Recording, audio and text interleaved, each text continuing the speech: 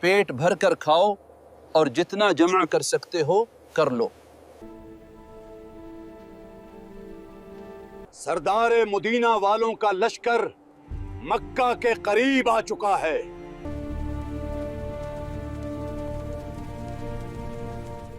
بسم اللہ الرحمن الرحیم۔ محترم ناظرین، السلام علیکم۔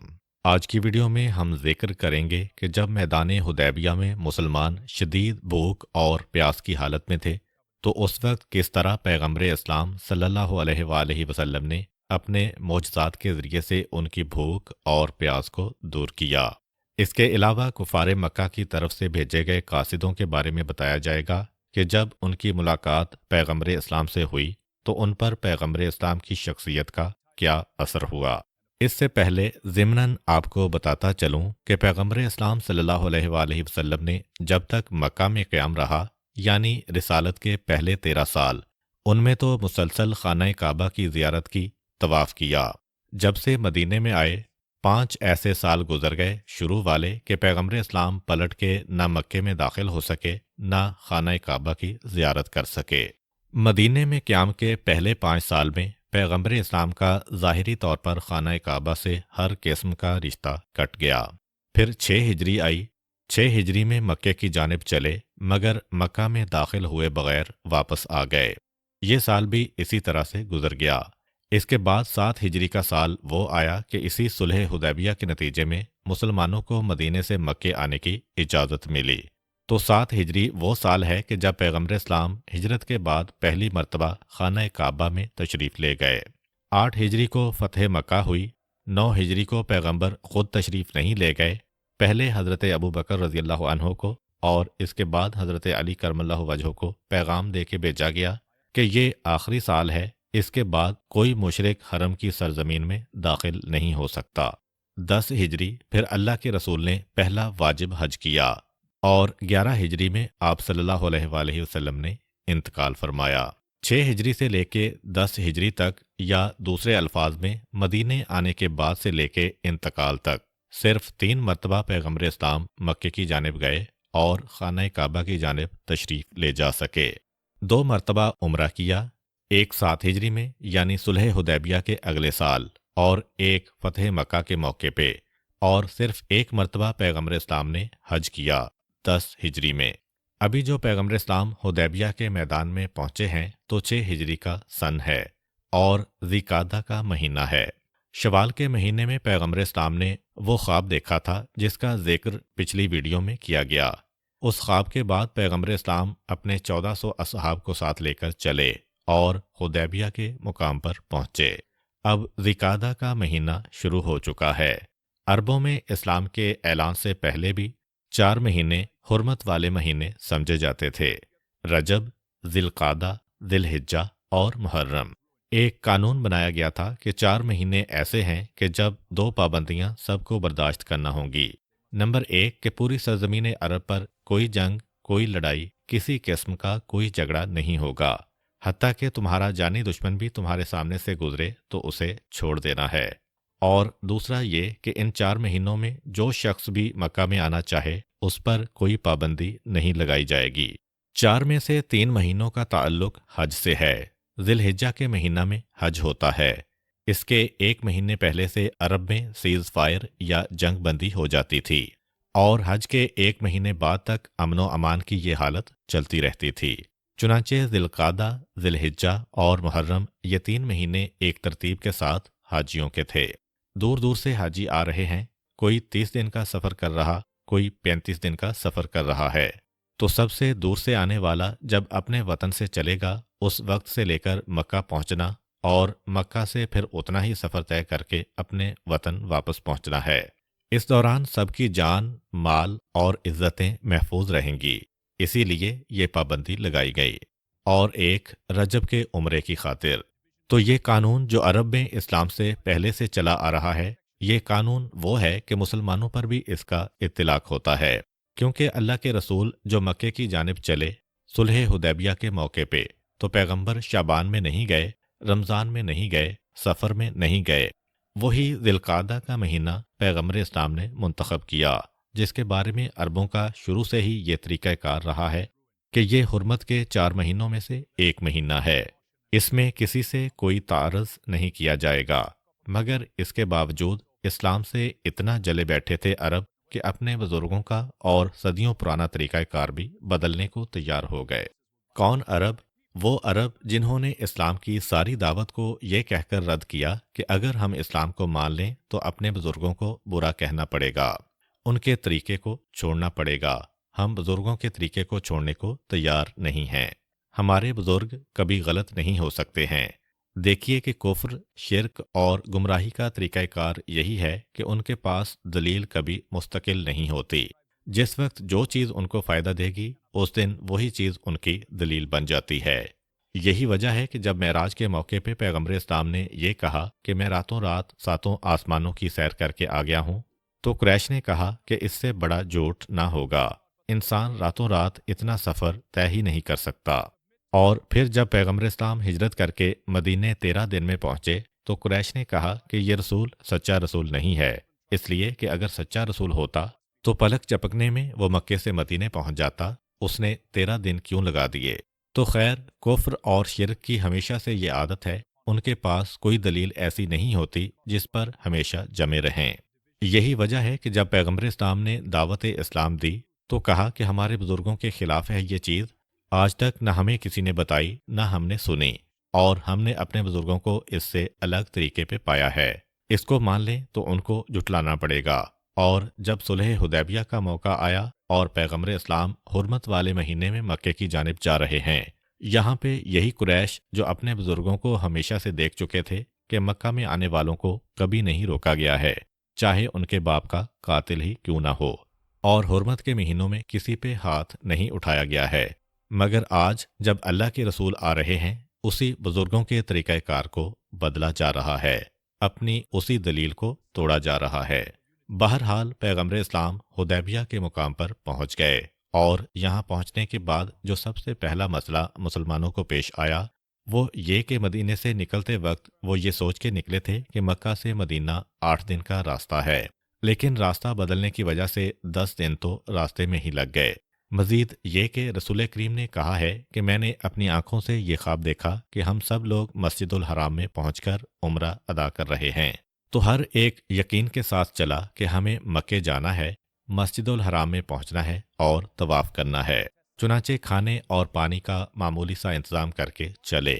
یہاں پہنچے تو پتہ چلا کہ حدیبیہ کے میدان میں اتنی دیر بیٹھنا پڑا کہ نہ پانی باقی رہا اور نہ کھانا باقی رہا، فاقے کی حالت ہو رہی ہے۔